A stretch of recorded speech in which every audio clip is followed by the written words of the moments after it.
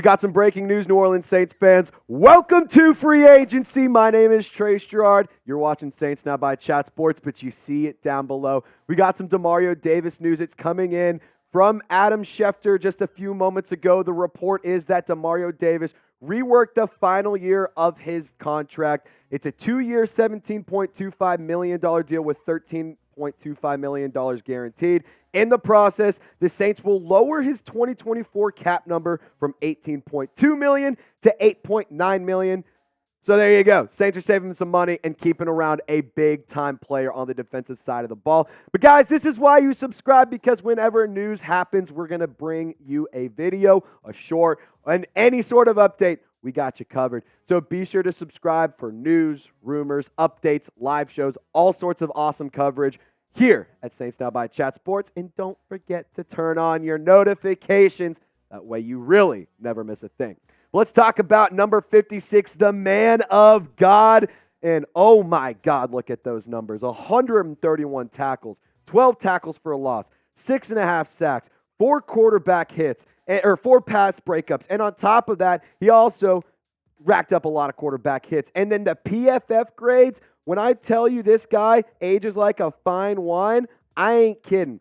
Demario Davis, according to PFF, at 35 years old, he ranked 3 out of 82 qualifying linebackers. You have an overall grade of 89.6, a run defense grade of 82.8. The pass rush grade was extraordinary. The coverage grade, extraordinary. And on top of that, he had 48 run stops. This man is one of one, ladies and gentlemen. Demario Davis. He wears 56, but you know he should be wearing number 1. Just kidding. That's Alontae Taylor. Anyway, I really love keeping this kind of player around. He not only is he productive, but he's a leader. And like I said, he's aging like a fine wine. Just in terms of his last year, that's 2 years in a row with 6.5 sacks.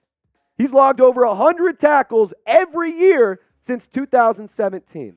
That is unbelievable. This is a player who not only is extremely productive on the field, but he's a leader in the locker room and he's a leader within the organization.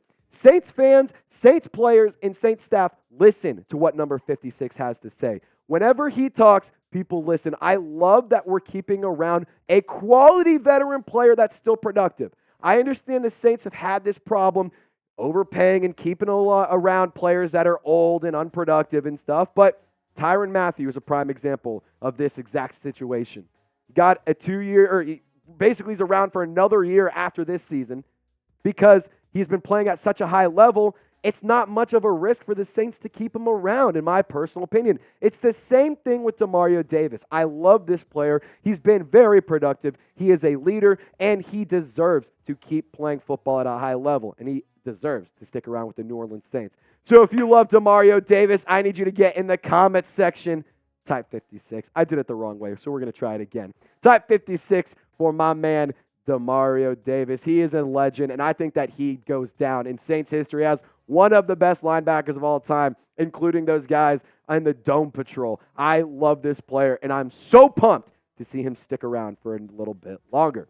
Now, some other news around the New Orleans Saints and free agency as the tampering period has officially begun. Just a few moments ago, we got right in the studio and tried to get you guys a video out ASAP, but Nick Underhill reporting. You can see it down below. Cornerback Avonte Maddox is meeting with the New Orleans Saints today. And here's a little bit more information on Maddox, because I understand not a lot of us maybe super well versed on this player, but he was a 2018 4th-round pick by the Philadelphia Eagles, and he's been around the Philadelphia Eagles and been productive for them for a handful of seasons. But he has had some injury issues, and he has missed some time recently, but he still is a quality cornerback option, especially at the slot. He is a specialist in the slot, and to be honest, don't shoot the messenger here. I don't believe the New Orleans Saints have had a great slot cornerback situation since Gardner-Johnson got traded to the Eagles, ironically enough. But this is a player who, missed some time this year, but still can put up some pretty good numbers. 88 tackles, 1 forced fumble, 2 pass breakups. PFF coverage grade wasn't all that great. Missed a lot of time due to a shoulder or torn pectoral, this past year. no interceptions logged. 2023 was a down year for him. There's no doubt about it. But let's look back at 2022 because he was really, really good that year. 71.3 overall PFF grade. He was good at rushing the passer. He was good in coverage. He played 307 snaps in coverage. He logged in interceptions, 16 run stops. He did log 1 sack, and he had a passer rating of 92.5. But here's one thing that I want to take into consideration here. Alontae Taylor hasn't really been that great in the slot. And last year, he lined up in the slot pretty much the whole time he was on the field. 718 snaps logged in the slot position.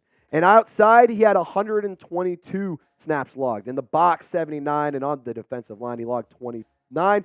And I'm going to get more into Alontae Taylor and whether or not I think that he could be like a good, serviceable outside guy. But I also think that Avonte Maddox might be a little bit better.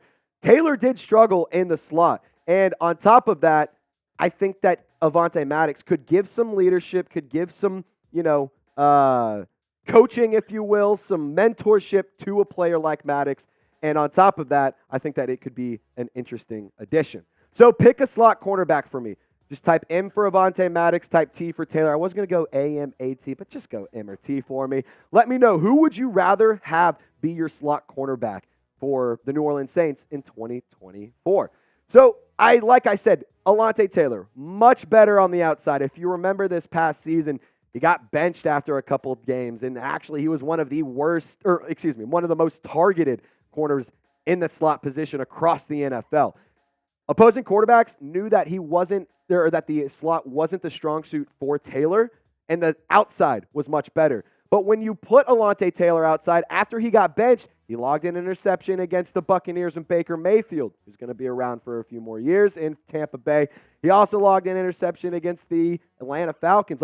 This is a player who, when you put him outside and you let him utilize the sideline, he's scrappy, he's feisty, he's hard to beat, and he is a dominant player if he gets a little bit more coaching and he can, get a little bit more development. I like the Saints cornerback depth chart. What I will say, though, is I'd feel much more comfortable if you brought back Alontae Taylor and put him, not brought him back, but if you moved Alontae Taylor to the outside and you brought in a slot corner. Ugo Amadi, he was pretty good last year in the limited sample size we saw him. Isaac Yiadom, I would love to bring back Ike.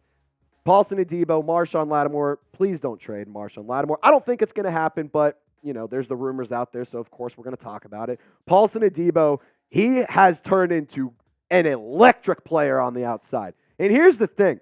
I would love a rotation on the outside of Lattimore, Alontae Taylor, and Paulson Adebo. Let one of those guys get a couple snaps off, catch his breath, rest the legs, and jump right back in.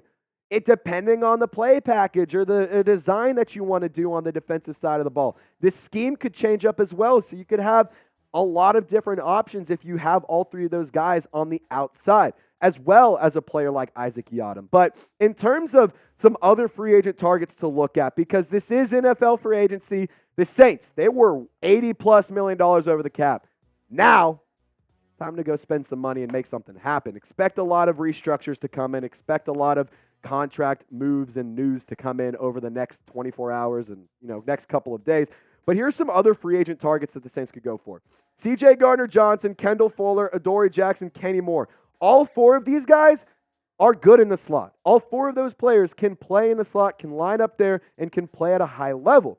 Chidobe Awuzie, though, he is more of an outside guy. So he's a player that I put the asterisk there because just in case, or not just in case, if the Saints were to trade Marshon Lattimore, I would like the Saints to go and bring him in. I think he's a good player, as well as there's a ton of draft targets as well, but it's not draft season, it's free agency seasoning. So give me a name, Saints fans. Shout him out in the comment section. Name a player that is a free agent you want to sign. Doesn't matter the position, doesn't matter what side of the ball. I just want you guys to get in the comment section and let me know.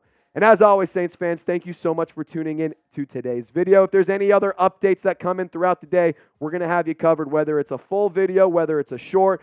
No matter what, we're going to have you covered. So be sure to subscribe and lock us in. And on top of that, we're going live on Wednesday when the free agency is officially open and officially getting going. So don't miss out on that awesome coverage. Y'all stay golden. We'll see you next time. Happy free agency.